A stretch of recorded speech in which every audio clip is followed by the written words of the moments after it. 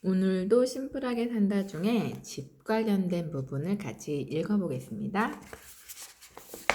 집, 스트레스를 풀어주는 곳. 집은 간결하고 안락하고 실용적이어야 한다. 우리가 집에서 추구해야 할 최고의 목표는 안락하게 지내는 것이다. 그런데 그 안락함은 공간에 의해 좌우되는 경우가 많다.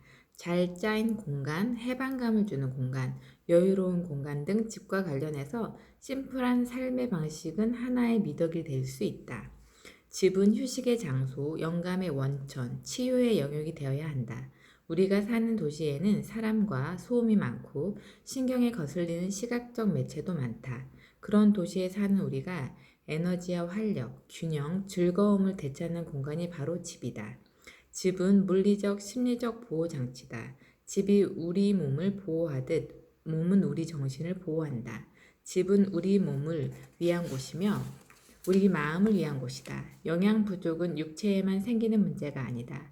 정신적인 영양 부족도 존재한다. 정신적인 영양 부족을 해결해 주는 것이 바로 집의 역할이다. 식생활이 우리 건강을 좌우하는 것과 마찬가지로 집을 어떻게 꾸미느냐가 우리의 심리적 안정에 막대한 영향을 미친다. 몸이 집 안에서 자유로워야 정신이 몸 안에서 자유롭게 성장할 수 있다.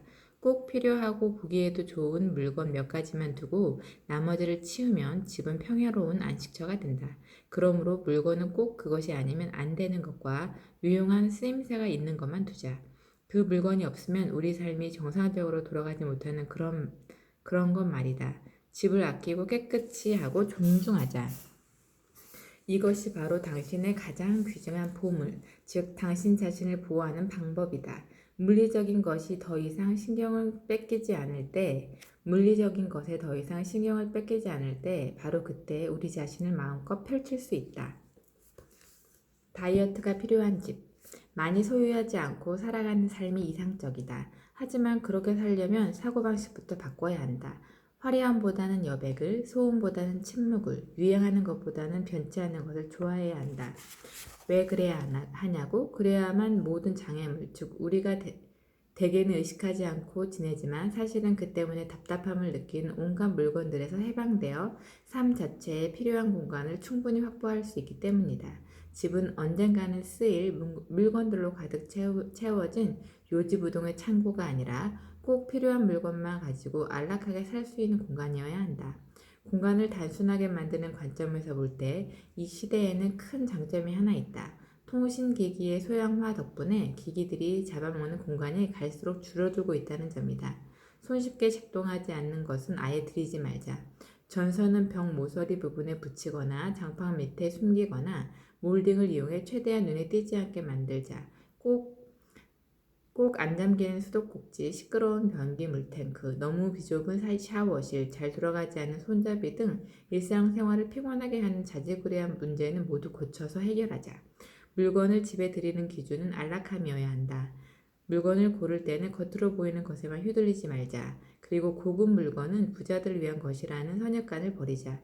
예를 들어 최상급 캐시미어로 만든 담요 한 장은 보통 담요 두 장보다 더 따뜻하다. 이 방 저 방으로 가지고 다니기도 좋고 활용도가 높아 오랫동안 기분 좋게 쓸 수 있다. 색은 단색 계열이 좋다. 화려한 색은 눈을 피로하게 한다. 검은색, 흰색, 회색 같은 색깔은 크게 눈에 띄지 않으면서 다른 색깔하고도 잘 어울린다. 이 색들은 복잡한 요소를 흡사시켜 없애는 힘이 있기 때문에 심플한 스타일의 완성도를 높여준다.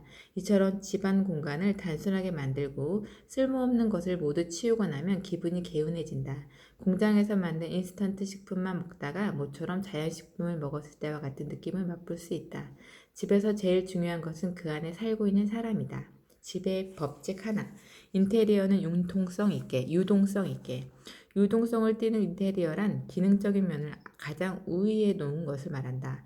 유지하고 정리하는 수고는 최소한으로 하되 안락함과 사는 즐거움을 주는 이상적인 인테리어야 할 수 있다. 무엇보다도 단순성과 기능성을 추구하는 인테리어가 보여주는 것은 바로 플러스를 위한 마이너스 개념이다. 바우하우스 초기 주택들은 아름답지만 너무 간결하다는 이유로 오랫동안 비판받았다. 하지만 그 집들은 기능성과 상식을 기본으로 하는 건축의 본보기였다. 그리고 신체 단련과 일광욕, 위생을 위한 전용 공간을 갖추고 있었다는 점에서 휴식의 전당 같은 곳이기도 했다. 모든 부분에서 거주자의 안락함을 우선으로 한 집이었던 것이다. 집에 가구류를 적게 두면 유동성이 커진다. 물건과 가구는 가벼워야 하며 눈에도 몸에도 항상 만족스러워야 한다. 카펫의 부드러움이나 벽 마감자의 향기로움, 욕실의 상쾌함은 눈으로도 느낄 수 있어야 한다. 무거운 재떨이, 드러내리기 힘든 모직 카펫, 툭하면 전선이 발에 걸리는 스탠드, 친척 할머니가 수놓았다는 벽걸이 융단, 아무리 닦아도 윤이 안 나는 그 구리그릇, 옷장 옆이며 책상 아래며 이곳저곳에 수도 없이 놓인 쓰레기통은 이제 그만 치우자. 그런 물건들의 에너지를 빼앗기기보다는 다른 할 일을 생각해보자. 건축 구조에 세부적인 변화를 주고 기능적이면서도 온화한 조명을 설치하자.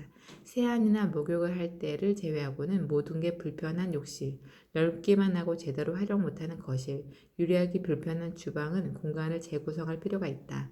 넓다고 무조건 좋은 것은 아니다. 공간을 잘 활용하면 몇 제곱미터만으로도 훌륭한 효과를 얻을 수 있다. 집의 법칙 2. 공간은 여백이 많게. 여백이 많은 방은 언뜻 보기에 허전한 것 같아도 세부적인 부분을 잘 신경 쓰면 깨끗하고 안락한 공간이 될 수 있다. 나무, 직물, 코르크, 집처럼 따뜻하고 부드러운 소재로 된 방은 특별한 가구나 물건 없이 텅 비어 있어도 아주 포근한 느낌이 난다. 그런 방에 있으면 숲속에 작은 사찰에 있는 것처럼 마음이 가볍고 편안해진다. 집안에 여백이 생기면 그 안에는 평화와 질서가 자리 잡는다. 단순화한다는 것과 아름답게 장식한다는 것은 결국 같은 말이다. 무장식의 장식을 만들어내는 것이기 때문이다. 헐렁한 스타일 혹은 여백이 있는 스타일에서는 물건보다는 물건 주변의 공간과 사람이 우선이다. 여백이 충분한 집에 산다는 것은 삶의 주도권을 내가 지고 있다는 것과 같다. 그런 공간 안에서는 물건이 소유되지 않기 때문이다. 이 같은 여백의 미학을 선택한 사람들은 물건에 휘둘리지 않는다. 이들은 책 2-3권, 향기로운 초 하나, 푹신한 소파 하나로도 안락함이 완성된다는 것을 안다. 여백이 있는 방은 빛으로 채워진다. 물건이 거의 없는 방에서는 찻잔 하나도 존재감을 가진다. 책 한 권이나 친구의 얼굴도 마찬가지다. 여백이 있는 공간에서는 모든 게 작품이 되고 정물화가 되고 매 순간이 소중한 시간이 된다. 여백이 없으면 아름다움도 없다. 침묵이 없으면 음악도 없다. 모든 여백과 침묵에는 의미가 있다. 지금부터 단 일주일만이라도 집에 있는 장식품을 모두 치우고 지내보자. 텅 빈 공간은 분명 당신에게 새로운 발견을 선사할 것이다. 물건을 치우지 못하고 과거 속에서 혹은 추억 속에서만 사는 것은 현재를 잊고 사는 것이자 미래로 열린 문을 닫고 사는 것이다. 집의 법칙 3. 빛과 소리는 적당하게. 빛은 곧 생명이다. 빛을 빼앗긴 인간은 병들고 미치기까지 한다.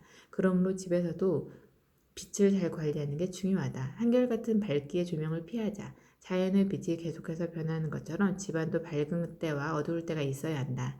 문이 삐걱대는 소리나 시끄러운 전화벨 소리처럼 집안에서 나는 소음은 생각하는 것만으로도 우리 건강에 훨씬 많은 영향을 미친다.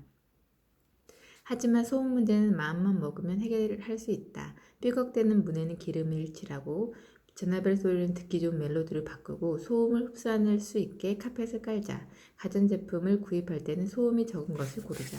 우리가 보통 대화를 나눌 때의 소리는 60데시벨 정도이며 우리의 귀가 고통을 느끼기 시작하는 소리는 120데시벨이다. 100데시벨의 소음을 내는 믹서를 굳이 고를 필요가 있겠는가? 집의 법칙 4.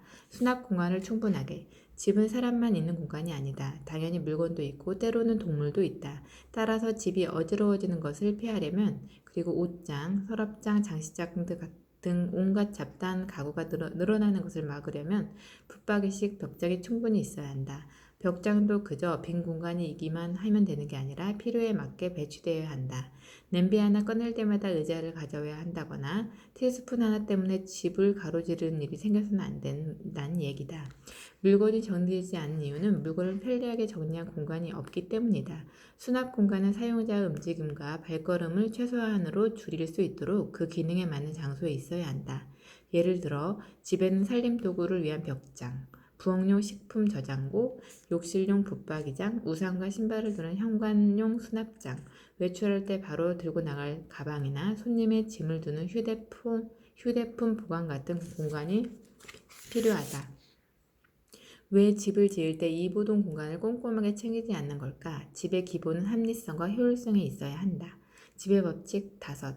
좋은 기운이 가득하게. 풍수학에 따르면 우리는 살고 있는 환경에 지속적으로 영향을 받는다. 일상생활에 자리하고 있는 모든 것이 알게 모르게 계속 영향력을 행사하면서 우리를 화나게도 하고 즐겁게도 하는 것이다.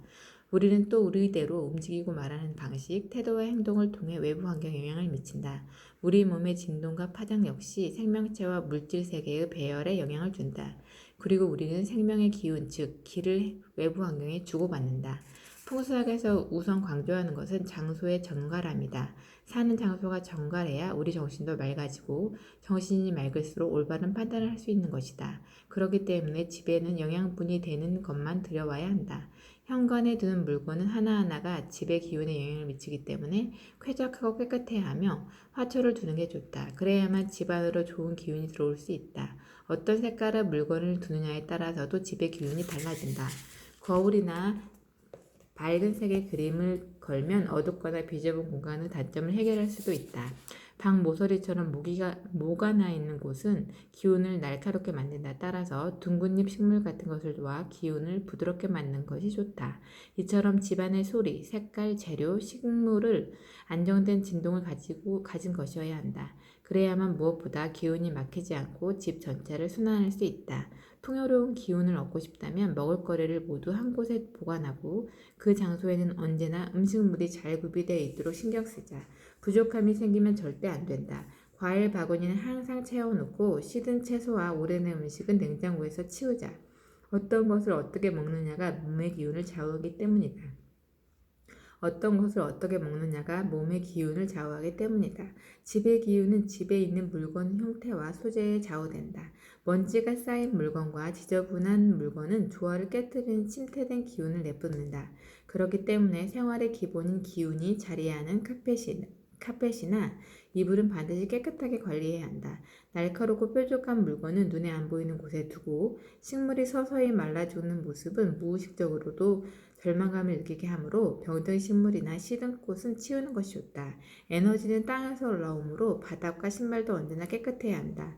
집을 깨끗하고 밝게 유지하면 나쁜 기운은 비워내면 그 안에 사는 사람의 모습도 밝고 건강해진다.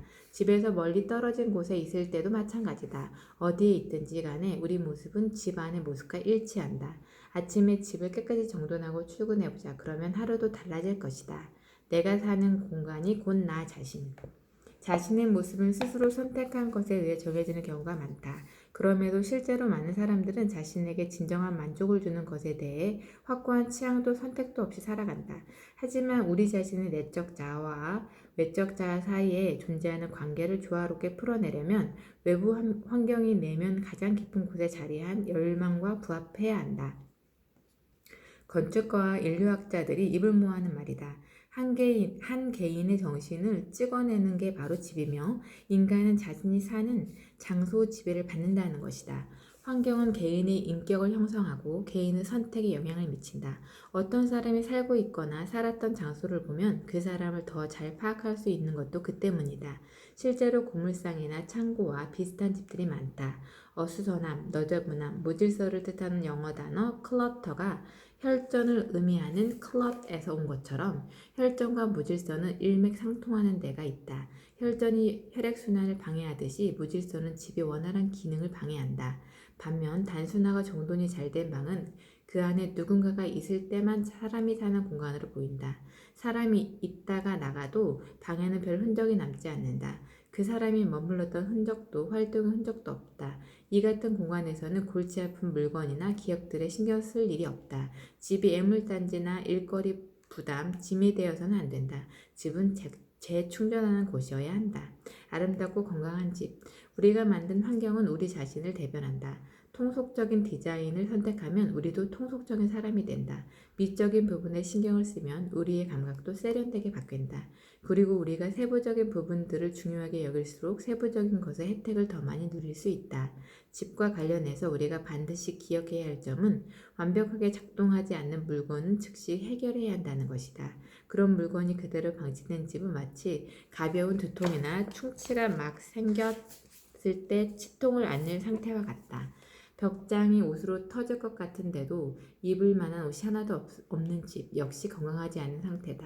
냉장고에서 유통기한이 지난 식품들이 나오는 집, 냉동실에 성에가 끼다 못해 북극처럼 변해버린 집, 책이 무더기로 쌓여있지만 도움이 될 만한 책은 한 권도 없는 집도 마찬가지다. 이와는 반대로 수납장은 붙박이식으로 되어 있고 조명기구는 벽과 천장에 내장되어 있으며 자질구레한 물건들은 말끔히 치운 곳, 바로 그런 집에서 우리는 마침내 휴식을 취할 수 있다. 집은 살아 숨쉬는 장소, 본질로 돌아가는 장소가 되어야 한다.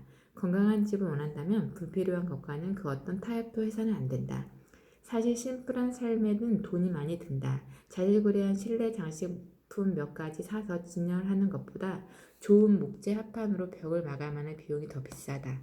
게다가 심플한 삶을 지향하며 살다 가려면 돈 이상의 것이 필요하다. 확고한 신념이 바로 그것이다. 신념이 있어야 질서와 아름다움을 추구하는 삶을 살 수 있다. 우리가 살고 있는 공간 자체가 우리 자신을 나타낸다고 하네요. 지금 자신이 살고 있는 공간을 둘러보고 내 자신을 되돌아보면 좋을 것 같습니다.